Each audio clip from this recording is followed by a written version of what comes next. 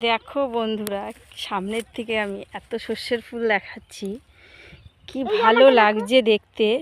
আর এই দেখো, আমার মেয়ে সর্ষের ফুল ছিঁড়ছে, ও বলে বড়া খাবে। আচ্ছা মা, আমাকে দুটো বড়া ভেজে দিও না। দেখো সব ছিঁড়ে নিয়ে যাচ্ছে, বললো আমাকে বড়া ভেজে দেবা। তাহলে নে দুটো, কিন্তু মালিক দেখলে সেই ধাওয়া মারবে, বড়া খাইয়ে ছুটিয়ে দেবে। কিন্তু ছোটোবেলায় আমি একবার যখন নিয়েছিলাম, একবার ধাওয়া খেয়েছিলাম, তারপর থেকে আর ফুল ধরি না। একটু ভয়ই লাগে, কারণ যেহেতু মালিকে খুব কষ্ট করেই তৈরি করে জিনিসগুলো, কারণ আমরা নষ্ট যদি করি মালিকের খুব কষ্টই হয়, যা নিজের দিয়ে বোঝা যায়, তাই না? যেটা ছোটোবেলায় হয়তো বুঝতাম না।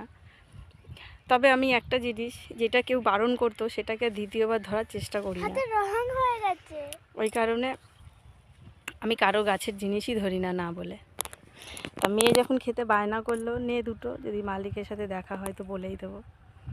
বলেই নিতাম মালিকের সাথে দেখা হলে, যেহেতু আমাদের সাথে দেখা হচ্ছে না, এখন মেয়ে বায়না করেছে দুটো বড়া খাবে, নিয়ে অল্প দুটোই করে দেবো।